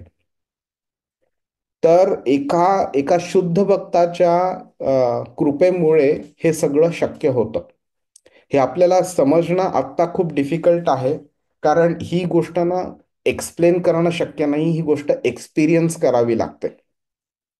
जसं एखादी व्यक्ती समजा एका रोलर कोस्टरवरती बसली आणि तुम्ही खाली आल्यानंतर त्याला विचारलं की बाबा कसं वाटलं, तर तो बोलतो खूप छान वाटलं. तर तुम्ही जर त्याला विचारता म्हणजे एक्झॅक्टली कसं वाटलं तर सांग, तर ते सांगता येणार नाही ना. त्याच्याकरता तुम्हाला स्वतःला बसावं लागेल आणि एक्सपिरियन्स करावं लागेल. These are not some quantifiable experiences. तर तसं आहे हे. तर ही शुद्ध भक्ताची जी आपल्यावरती कृपा असते, ज्याच्यामुळे आपल्याला पुढचा मार्ग सोपा पडत जातो आणि कृष्णाकडे आपण जातो, हे आपल्याला एक्सपिरियन्स करावं लागतं. आणि त्याच्या मदतीमुळे, त्याच्या कृपेमुळे ही श्रद्धा आपली निर्माण होते आणि कृष्णाकडे आपल्याला जायला आपलं मन आकृष्ट होतं कृष्णाकडे आणि त्याच्या विचारांमध्ये मग्न होतं आपलं मन. आता भजते हा जो शब्द वापरलाय ना, तर भज जो शब्द आहे, तर भज हा शब्दाचा मूळ आहे, म्हणजे भजन करणं. भजन म्हणजे ही क्रिया झाली. तर प्रभुपादांनी काय झालंय की इंग्लिश ही जी भाषा आहे त्याच्यामध्ये अ, काही शब्द संस्कृतचे जसेच्या तसे त्याला एक्झॅक्ट मिनिंगचे वर्ड्स नाही आहेत. त्यामुळे जो क्लोझेस्ट अवेलेबल आहे तो वापरला जातो आपण. त्यामुळे आपण काय बोलतो की भजन केलं म्हणजे आपण वर्शिप केलं असं आपण बोलतो. पण भजन केलं म्हणजे म्हणजे हा वर्शिप जो शब्द आहे ना, हा खऱ्या अर्थाने भजन ह्या शब्दाचा अर्थ कम्युनिकेट करू शकत नाही.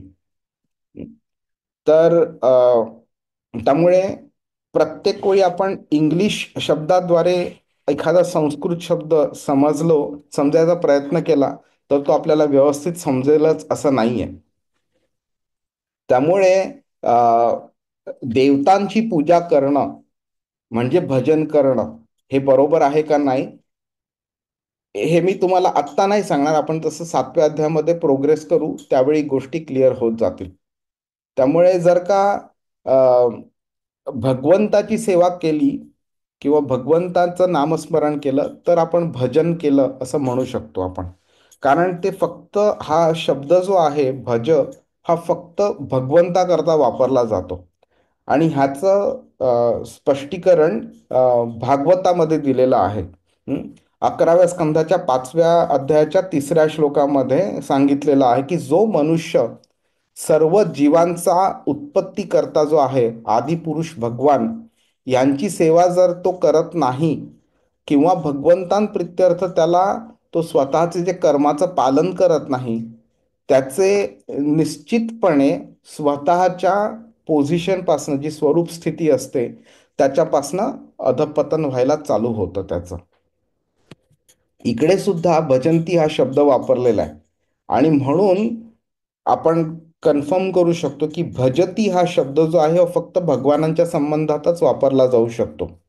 पूजा हा जो शब्द आहे तो आपण इतरांकरता करू शकतो. रिस्पेक्ट देणं वगैरे. किंवा देवतांची जर आपण केली तर त्याला पूजा म्हणतो. आपण कधी ऐकलं नाही की देवतांकरता आपण भजते हा शब्द वापरत नाही कधी. देवतांची पूजा केली जाते, भजन करत नाही आपण. भजन जे असतं ते फक्त कृष्णाचंच असतं ते. नंतर इथे ना अवजानंती हा शब्द वापरलेला आहे आणि कृष्ण 9व्या अध्यायाच्या 11व्या श्लोकामध्ये सुद्धा कृष्ण हाच शब्द अवजानंती माम मूढा मानुषीम तनु माश्रितः म्हणून बोलतो तो. तर त्याचं सुद्धा म्हणजे अ, तीन तीन लेवल्स आहेत त्याच्यामध्ये: जानंती, अजानंती आणि अवजानंती. जानंती म्हणजे जाणणं, म्हणजे खरं काय आहे त्याची समज असणं. अजानंती म्हणजे खरं काय आहे हे माहीत नसणं. म्हणजे मी बोललो की माझं नाव अमुक अमुक आहे, तर ते जानंती झालं. पण माझं नाव तुम्हाला माहीत नाही, तर अजानंती झालं. पण अवजानंती म्हणजे जे नाही आहे त्याला आहे मानणं, आणि जे आहे त्याला नाही आहे मानणं. ओके. म्हणजे समजा कोणी बोललं की माझं नाव तमुक तमुक आहे, तर ते चुकीचं झालं. म्हणजे त्याला माझं नाव माहिती नाही तर नाहीच आहे, पण त्याला माझं नाव जे नाही आहे त्यालाच वाटते की ते माझं नाव आहे. ते अवजानंती. म्हणजे काय, तर जो कृष्ण आहे त्याला नाही आहे म्हणून समजायचं, आणि जो इतर व्यक्ती म्हणजे जो कृष्ण नाही आहे त्याला तो आहे म्हणून समजायचं. म्हणजे कृष्ण सुप्रीम आहे, भगवंत आहे, त्याच्यापेक्षा वरती कोणी नाही, ही खरी समज झाली. पण जर का मी बोललो की कृष्ण आणि बाकीचे देवी देवता किंवा मनुष्य प्राणी वगैरे सगळे एकत्र, म्हणजे सगळे एकाच लेवलवरची आहेत, तो चुकीचा समज झाला. तर ते अवजानंती झालं. हम्म.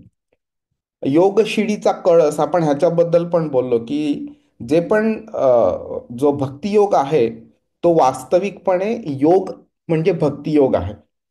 ओके. कारण कृष्णाने योगाची जी व्याख्या दिलेली आहे ती भक्तियोगाकरता परफेक्टली फिट होते ती, की disconnection from the connection with miseries तम विद्यात दुःख संयोग वियोगम योग संहितम. म्हणजे जे आपलं भौतिक ज्या एक एक कनेक्शन एस्टॅब्लिश झालंय, त्या कनेक्शनमधनं आपल्याला दुःख मिळत राहते कॉन्स्टंटली. ते जे कनेक्शन आहे त्याला डिस्कनेक्ट करणं, हे बाकीचे योग करतात, पण ते कनेक्ट कोणाबरोबर करायचं ते बाकीचे योग करू शकत नाही. तर भक्तियोग इज द ओनली वन ज्याच्यामुळे आपलं डिस्कनेक्शन पण होते आणि कनेक्शन पण एस्टॅब्लिश होते. तर तो योगशिडीचा कळस का आहे हे कृष्णानी ह्या कारणाकरता, म्हणजे भक्तियोग सांगितलं की हे करू शकतो, म्हणून भक्तियोगाला योगशिडीचा कळस म्हटलेला आहे. तर ह्याच्यामध्ये काय होतं, जो मार्ग जो असतो त्याचा जो आरंभ जो आहे तो निष्काम कर्मयोगाने होतो. ओके. म्हणजे काय की आपण स्वतःच्या शरीराकरता कर्म कमी कमी करत जातो, आणि एका स्टेजपर्यंत येतो ज्याला आपण शरीराकरता जे मॅन्डेटरी आहे तेवढंच कर्म करतो, म्हणजे आपण इंद्रियांकरता कर्म करत नाही. अशा स्टेजमध्ये जेव्हा ज्ञान आणि वैराग्य वाढत जातं, वैराग्य म्हणजे भौतिक गोष्टींकरता वैराग्य, ते जेव्हा वाढत जातं त्यावेळी त्या अवस्थेला आपण ज्ञानयोग म्हणतो आपण त्याला. नंतर काय होतं, जेव्हा ज्ञान वाढत जातं त्यावेळी नंतर मग अजून अजून कंट्रोल मिळण्याकरता वेगळी वेगळी आसनं वगैरे सांगितलेली आहेत ना, त्या आसनांद्वारे आपण परमात्म्यावरती ध्यान करायला चालू करतो, आणि म्हणजे त्या ध्यानाची वृद्धी होते, वाढतं ते ध्यान वगैरे, आपलं कंट्रोल वाढतो, कॉन्सन्ट्रेशन वाढतं, आणि परमात्म्यावरती मन स्थिर व्हायला चालू होतं. त्या अशा योग पद्धतीला अष्टांग योग म्हटलेला आहे. आणि जेव्हा तो अष्टांग योग करत करत भगवानांपर्यंत पोचतो, हा, आणि तेव्हा त्याला आपण बोलतो की तो भक्तियोगामध्ये युक्त झालेला आहे, आणि ही फायनल स्टेज आहे, म्हणून भक्तियोगाला योगशिडीचा कळस असं आपण म्हणतो. तर मग नंतर आपला हा प्रश्न येऊ शकतो की बाबा, मग हे सगळं का आपण शिकलो? तर प्रभुपाद सांगतात इथे की भक्तियोग भलेही अंतिम ध्येय आहे, परंतु भक्तियोगाचं एकदम डिटेल्ड स्टडी करायचं असेल, अनालिटिकल स्टडी, तर इतर योगांचं ज्ञान असणं आवश्यक आहे. त्यामुळे प्रगती जर आपण करत राहिलो ह्या योग मार्गावरती, तर एका स्तराला आपण पोचतो. सॉरी. तर त्या स्तरावरती जर का आपण चिकटून राहिलो आणि पुढे जर आपण प्रगती नाही केली, तर त्या स्तराचं ते स्तर जे आहे त्याद्वारे आपण ओळखले जातो. म्हणजे एक व्यक्ती जर का कर्मयोगच करत राहिला आणि पुढे जायचा प्रयत्न नाही केला, तर त्याला आपण कर्मयोगी म्हणू. एक योगी ज्ञानाच्या स्टेजवरती जास्ती वेळ अडकून राहिला तर आपण त्याला ज्ञानयोगी किंवा ध्यानयोगी किंवा राजयोगी वगैरे असे म्हणू आपण. ही जी जर्नी जी आहे, ह्या जर्नीमध्ये आपल्याला कॉन्स्टंटली प्रयत्न करत करत पुढे जायला पाहिजे आपल्याला. आणि मग मग आपण भक्तियोगापर्यंत पोहोचू शकतो आपण. आणि कृष्णाने आधीच्या श्लोकांमध्ये पण सांगितलं ना, अनेक जन्म संसिद्ध तो याती पराम गती. हा पूर्ण जर्नीला एका जन्मामध्ये सगळं आपण करू शकू असं नाहीये. आपली सिन्सिअरिटी किती आहे आणि आपण कृष्णाला किती स्वतःला डेडिकेट करतो त्याच्यावरती अवलंबून आहे आपण किती ह्या जन्मामध्ये प्रगती करू शकतो. जर ती संपूर्ण नाही झाली तर पुढचा जन्म घ्यावा लागेल आणि मग नंतर आपल्याला उरलेली प्रगती करत राहावी लागेल ती. आता काय होतं म्हणजे जसं जसं आपण प्रगती करत राहतो त्यावेळी कृष्णा म्हणजे परमात्म्यापासून आपण भगवानांच्या स्टेजपर्यंत पोचायला चालू करतो. आणि मग नंतर कृष्णाचं जे शरीर जे आहे त्याचं वर्णन भागवतात केलेलं आहे. तर त्या शरीराचे जे वेगळे वेगळे फीचर्स आहेत ना त्यामध्ये आपण त्या फीचर्सवरती त्याच्या बॉडीच्या वेगळ्या वेगळ्या कॅरेक्टरिस्टिक्सवरती आपण फोकस करतो. तर सगळ्यात जे मोहक रूप जे आहे ते आहे कृष्णाचं श्यामसुंदर रूप. आता त्रिभंग श्यामसुंदर जे रूप जे आहे ना, त्रिभंग म्हणजे 3 ठिकाणी बेंड असलेलं. तर हे जे रूप आहे हे कृष्ण बोलतो की हे सगळ्यात बेस्ट रूप आहे. आणि 12व्या अध्यायाच्या पहिल्या श्लोकामध्ये अर्जुन कृष्णाला विचारतो की मी तुझ्या कोणत्या रूपावरती फोकस करू आणि त्याची कोणाची पूजा करू. तर कृष्ण त्याला बोलतो की हे माझं जे रूप तुझ्या समोर आहे त्रिभंग श्यामसुंदर ह्या रूपावरती तू फोकस कर म्हणून. ओके. तर कृष्ण त्याची जी कांती आहे ती एका ढगाप्रमाणे आहे. त्याचं जे मुख जे आहे ते सूर्याप्रमाणे तेजस्वी आहे. जेव्हा 11व्या अध्यायाच्या मध्ये जेव्हा तो विश्वरूपचं दर्शन देतो त्यावेळी संजय बोलतो, हं, सहस्त्र सहस्त्र सूर्य एकत्र आले तर त्यांचं तेज किती असेल तेवढं तेज मला कृष्णाच्या चेहऱ्यावरती दिसतंय म्हणून. त्यांचे जे वस्त्र आहेत ते रत्न जी असतात त्यांच्यामध्ये जी चकाकी असते ती चकाकी त्या वस्त्रांमध्ये आहे. आणि म्हणून ब्रह्मज्योती त्यातनं दिसून येते आपल्याला. ब्रह्मज्योती म्हणजे तो प्रकाश जो आध्यात्मिक आणि भौतिक जगाताच्या मध्ये आहे. ओके. आणि एवढं असलं तरी म्हणजे तो इतका तो सुप्रीम आहे तरी सुद्धा तो यशोदा मातेचा पुत्र म्हणून येतो. नंद महाराज कृष्णाने मस्ती केल्यावर ते नंद महाराज त्याला ओरडतात पण की तू हे असं काय करतोय मस्ती करतो म्हणून. तर नंद महाराजांना एकदा नारद मुनी म्हणालेले की तो कृष्ण आहे तुम्ही त्याला नका ओरडू का. आणि गर्गमुनी सुद्धा जेव्हा त्याचं नामकरण करायला आलेले त्यावेळी गर्गमुनींनी त्यांना सांगितलेलं की ही स्वतः व्यक्ती नारायण आहे म्हणून तर तुम्ही त्याची तशी काळजी घ्या म्हणून.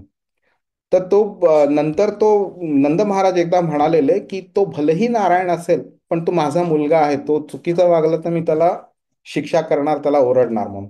हे ते वात्सल्य प्रेम झालं. हम्म? तरी सुद्धा कृष्ण त्यांचा पुत्र म्हणून येतो.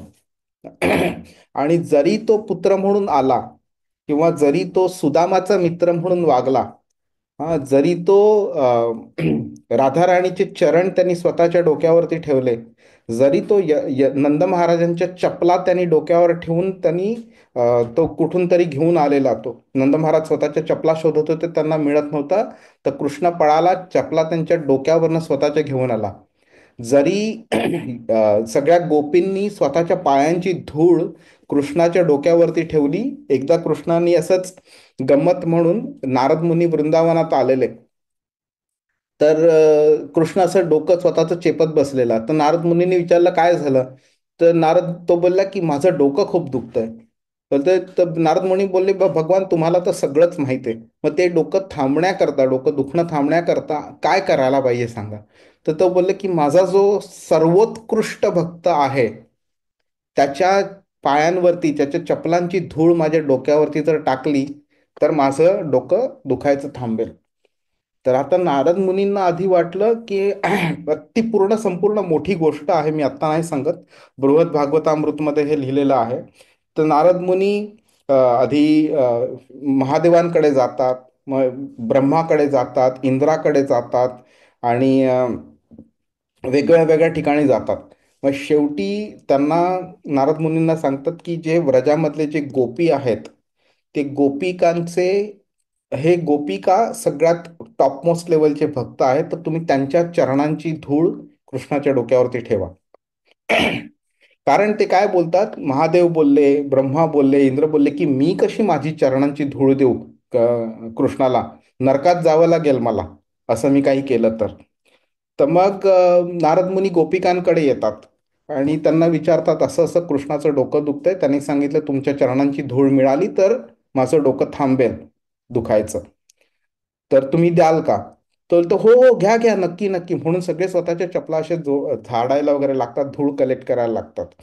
मग नारद मुनी त्यांना विचारतात, पण तुम्हाला माहिती आहे का तुम्ही हे जे करताय त्याच्यामुळे तुम्हाला नरकात जावं लागेल म्हणून?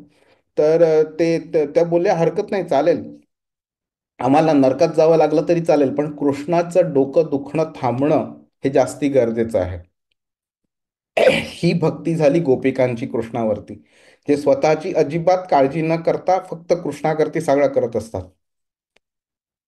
तर ही जेव्हा म्हणजे कृष्णाने अशी स्वतःच्या भक्ताची धूळ जरी घेतली डोक्यावरती, जरी कृष्णा अर्जुनाचा सारथी जरी झाला तो, जरी तो त्याला गांधारीनी शाप जरी दिला, तरी सुद्धा तो सुप्रीम आहे, तो अच्युत आहे, तो त्याच्या पोझिशन पासून कधीच ढळू शकत नाही. तो जरी तो मानवाच्या रूपामध्ये येतो तरी सुद्धा तो भगवानच आहे. तो तो जरी तो 16,108 बायकांचा पती असला तरी तो भगवान आहे. तो त्यामुळे त्याचे सर्व ऐश्वर, सगळे दिव्य गुण संपूर्णपणे तो एकदम परिपूर्ण आहे. तो आणि हे समजणं ह्याला थोडा वेळ लागेल. त्याच्याकरता भागवतम वगैरे ह्या सगळे ग्रंथ वाचल्यावरती आपल्याला कृष्ण काय आहे ते समजू शकतो आपल्याला. हरे कृष्ण. आता फक्त हे लास्ट बघूया आपण. माझ्या मते हे त्याच्यात नंतर संपलंय बहुतेक. हा बरोबर, हा लास्ट आहे. तर उपनिषदांमध्ये सुद्धा सांगितलेलं आहे, यस्य देवे पराभक्तीर यथा देवे तथा गुरो. ज्या महात्म्यांना भगवंत आणि आध्यात्मिक गुरु दोहोंवरती दृढ श्रद्धा आहे, केवळ त्यांनाच वेदांच्या तात्पर्यांचा आपोआप उलगडा होतो. किती महत्वाचं स्टेटमेंट आहे बघा.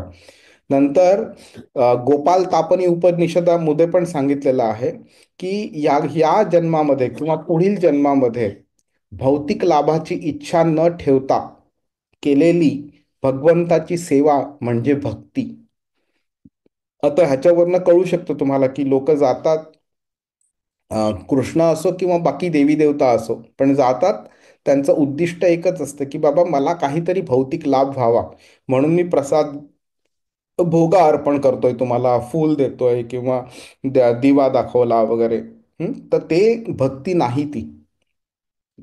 अशा कामनांपासून रहित होऊन जर मनुष्याने आपले मन पूर्णपणे भगवंतामध्ये रममाण केले तर त्याला नैष्कर्म्य म्हणतो आपण त्याला. तो नैष्कर्म्याचा खरा उद्देश आहे तो. हरे कृष्ण. तर ह्या प्रश्नामध्ये आपण 6वा अध्याय आपण संपवतो आपण. आणि मेन उद्दिष्ट ह्या श्लोकाचा आणि ह्या अध्यायाचा हा आहे की भक्तियोगाचा दरवाजा कृष्णाने पूर्णपणे उघडलेला आहे. आणि 7व्या अध्यायाच्या पहिल्या श्लोकापासनं तुम्ही एक जो टोन ऑफ द मेसेज म्हणतो ना, एवढा डिफरंट दिसेल तुम्हाला की जे सगळं नको नको नको नको जे कृष्णाने सांगितलेलं ते सगळ्याला पॉझिटिव्ह अँगल देऊन करा करा करा करा म्हणून सांगितलेलं आहे. फक्त रेफरन्स ऑफ फ्रेम जी म्हणतो ना ती चेंज केलेली आहे. जी मेंटल स्टेट जी आहे ती आपली चेंज केलेली आहे.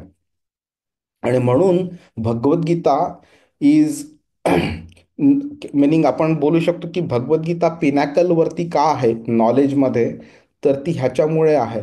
एकतर ती संपूर्ण बेसिकपासनं टॉपमोस्ट लेवलला आपल्याला घेऊन जाऊ शकते. दुसरी गोष्ट म्हणजे अर्जुनाला कृष्णाने कधीही कर्म करू नको असं सांगितलेलं नाहीये, कोणत्याही क्षणी सांगितलं नाहीये. तिसरी गोष्ट म्हणजे युद्ध कर, जे अर्जुनाला कृष्णाने दुसऱ्या अध्यायाच्या सुरुवातीला सांगितलंय तोच मेसेज त्यांनी कृष्णाने शेवटच्या अध्यायाच्या शेवटच्या त्याच्या श्लोकामध्ये पण सांगितलेला आहे.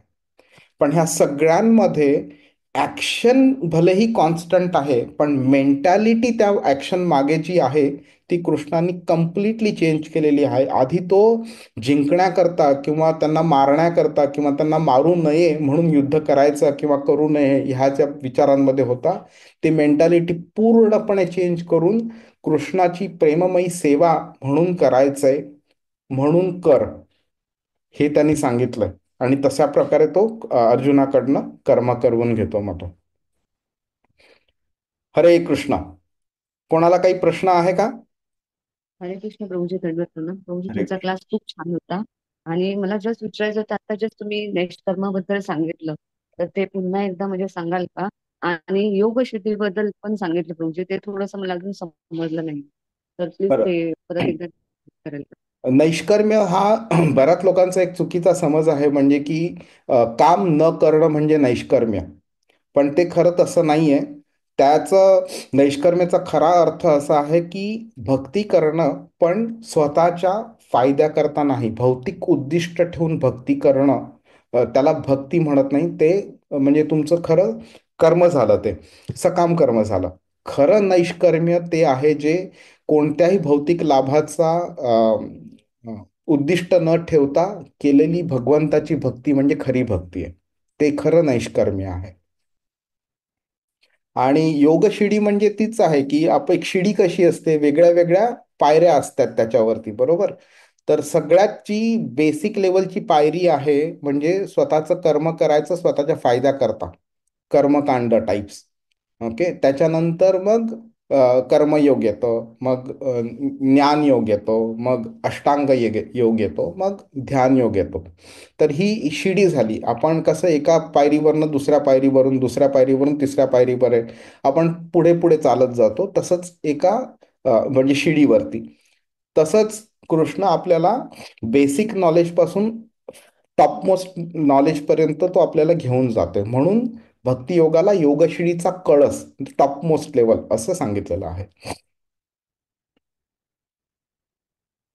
हरे कृष्ण.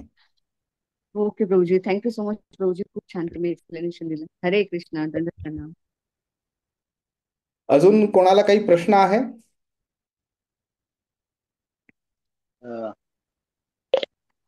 प्रभू एक होता, तर भगवान शंकर जे आहेत परम वैष्णव आहेत. आता असं वाटतं की ते तप करतात ते, पण तपामध्ये ते रामाचं नाम स्मरण करतात, तर माझ्या लक्षात आलं. म्हणजे ते नक्की ध्यान योग करतात की भक्ती योग करतात? तो भक्तियोग आहे. जेव्हा हिरण्यकशिपू नी प्रल्हादाला षंड आणि अमर्क्य नावाच्या दोन ब्राह्मणांकडे विद्या शिकण्याकरता पाठवलेलं. तर हिरण्यकशिपूला असं वाटायचं की मी ह्या प्रकृतीचा करता धरता आहे, माझ्यापेक्षा स्ट्रॉंग कोणी नाही आहे. त्यामुळे त्यांनी षंड आणि अमर्क्याला सांगितलेलं की तू मुलाला हेच शिकवा की मी सगळ्यात टॉपमोस्ट आहे म्हणून. पण प्रल्हाद महाराजांनी आईच्या पोटात असतानाच नारद मुनींकडनं सगळं ज्ञान मिळवलेलं. त्यामुळे प्रल्हाद महाराजांना खरं काय ते कळत होतं. त्यामुळे षंड आणि अमर्क्य ते जे काही शिकवतील त्याच्यापेक्षा उलट असं प्रल्हाद महाराज त्यांना सांगायचे, जे खरा भक्तियोग आहे ते. तर ती विद्या त्यांची अशी देवाणघेवाण चालू होती. तर काही महिन्यांनी हिरण्यकशिपूला वाटलं की आता आपल्या मुलाचं प्रोग्रेस कसा चाललाय तो बघूया, म्हणून तो त्यांनी प्रेमाने प्रल्हादाला बोलवलं, स्वतःच्या मांडीवरती बसवलं आणि त्याला विचारलं की बाबा काय शिकलास तू, षंड आणि अमर्क्यांनी काय शिकवलं हे मला सांग.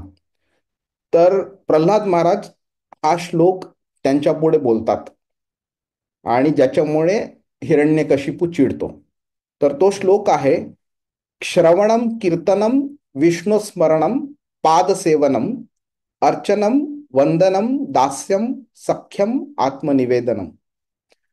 आणि ते बोलतात की हे जे नवविधा भक्ती आहे त्याची ही लक्षणं आहेत. पहिली गोष्ट म्हणजे श्रवण करणं, कीर्तनम, विष्णू स्मरणम, पादसेवनम, अर्चनम म्हणजे पूजा करणं, वंदनम नमस्कार करणं, दास्यम म्हणजे त्याची दास्य म्हणून सेवा करणं, दास म्हणून सेवा करणं, सख्य म्हणजे त्याचा मित्र बनणं, आत्मनिवेदन म्हणजे सर्व समर्पण करणं.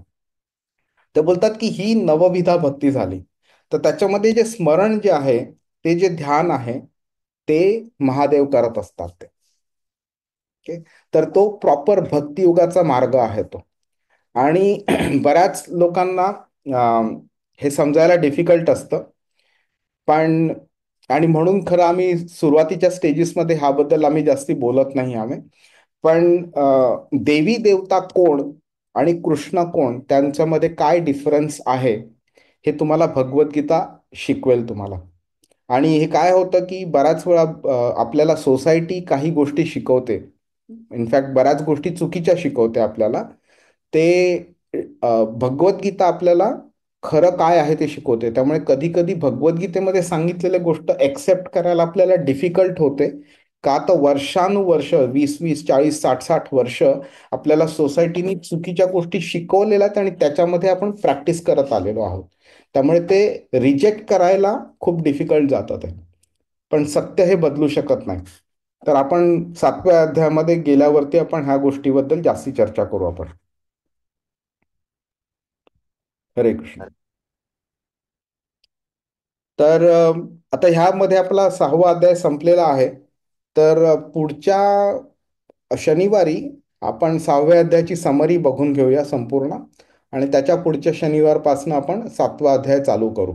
पण जर तुम्ही करत नसाल चॅन्टिंग, तर प्लीज स्टार्ट करा. कारण भक्ती योगामधला हा सगळ्यात फाउंडेशनल गोष्ट आहे ही.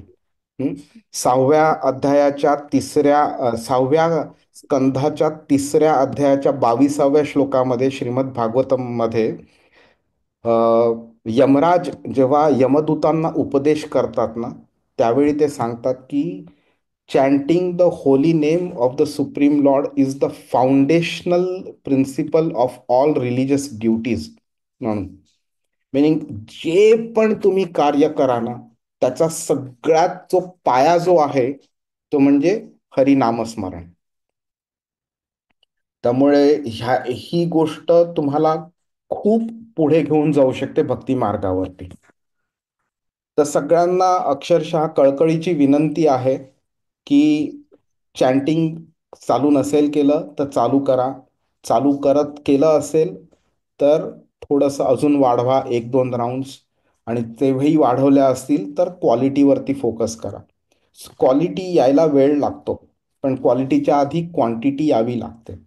त्यामुळे तुम्ही जेवढं जास्ती तेवढं तुम्ही चॅन्टिंग करा आणि क्वालिटी हळूहळू वाढवायचा प्रयत्न करा तुम्ही. हं? तर जता आता हो गुरुजी. हो हो, थँक्यू सो मच. थँक्यू. आपण 7वा अध्याय चालू करू आणि पुढच्या शनिवारी आपण समरी बघू. आपल्याला एक गोष्ट म्हणजे 100% समजली पाहिजे की कृष्ण 15व्या अध्यायाच्या 15व्या श्लोकामध्ये सांगतो, मत्तः स्मृतिर्ज्ञानम अपोहनम च. माझ्यामुळे स्मृती, ज्ञान आणि विस्मृती येते. म्हणजे आपल्याला एखादी गोष्ट आठवते, लक्षात राहते, किंवा आपल्याला एखादी गोष्ट लक्षात राहत नाही, किंवा आपल्याला एखाद्या गोष्टीबद्दल ज्ञान मिळतं, त्याच्या मागे सुद्धा कृष्णाचा हात असतो. त्यामुळे आपल्याला काय समजलं पाहिजे, काय लक्षात राहायला पाहिजे आणि काय लक्षात नाही राहायला पाहिजे, कसलं ज्ञान मिळालं पाहिजे, त्याचा संपूर्ण कंट्रोल कृष्णाकडे असतो. त्यामुळे जर का आपल्याला त्याच्याबद्दल ज्ञान जास्तीत जास्त मिळावं असं जर वाटत असेल, तर आपल्याला त्याच्याकरता प्रयत्न केले पाहिजेत, आणि ते प्रयत्न म्हणजे भक्ती आहे. कृष्ण बोलतो, भक्त्या माम अभिजानाती. भक्ती जर का तुम्ही केलं तरच तुम्ही मला जाणू शकता, नाहीतर तुम्हाला मी समजूच शकणार नाही कधी. त्यामुळे चॅन्टिंग, हरिनामस्मरण, हरे कृष्ण महामंत्राचं कीर्तन, this is the best mechanism of bhaktiyoga. आणि हे जर करत राहिलो तर ग्रॅज्युअली आपल्याला कृष्ण पण समजेल, ग्रॅज्युअली आपल्याला ज्ञान पण वाढत राहील. म्हणजे जे तुम्ही बोललात ना की मागचं विसरायला होतं, कृष्ण विल एन्श्युअर की ते तसं नाही होणार म्हणून. हो सर. हरे कृष्ण. Hare Krishna, Hare